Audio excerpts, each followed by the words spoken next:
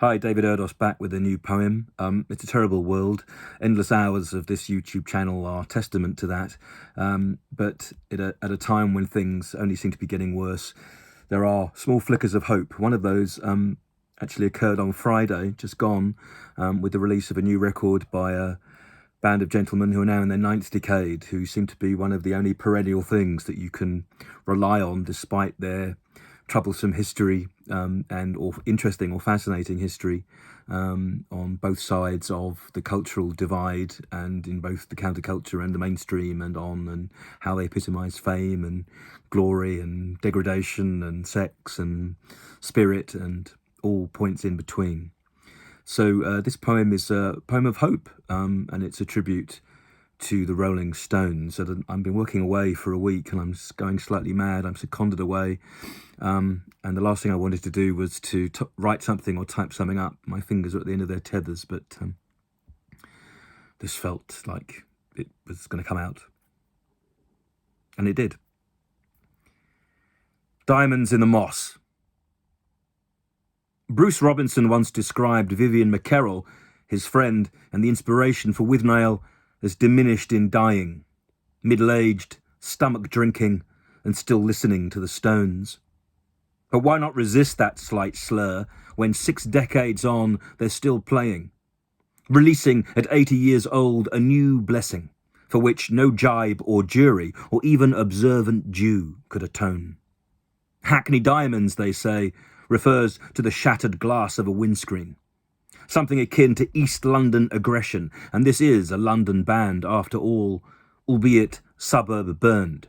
Yet the fame soon earned rendered legends, defined as I understand it, with their mouths and habits the emblems of rock and roll's epic call.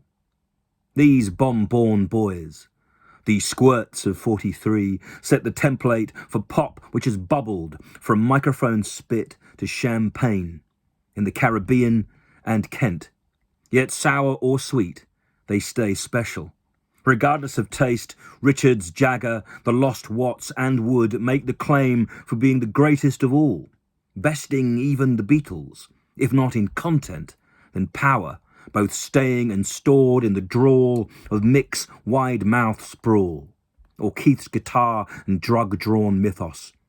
The fact that these two types of man form one posse grants the Stones deeper substance and reduces each successive band's progress, whether younger or not, to a crawl. For this new record's a badge for physical and soulful endurance. If their music hasn't evolved, then it doesn't need to, for by staying together for longer than the lifespan of my dad, there'll be a story to tell when music itself becomes cell-based, or part of the air, or wallpaper, or as future downloads to our DNA turn touch mad. That's if we survive. So start shining these diamonds, kept inside an album in a country blues pop rock style in which the Stones roll the past, and in a war-worn world. That seems hopeful.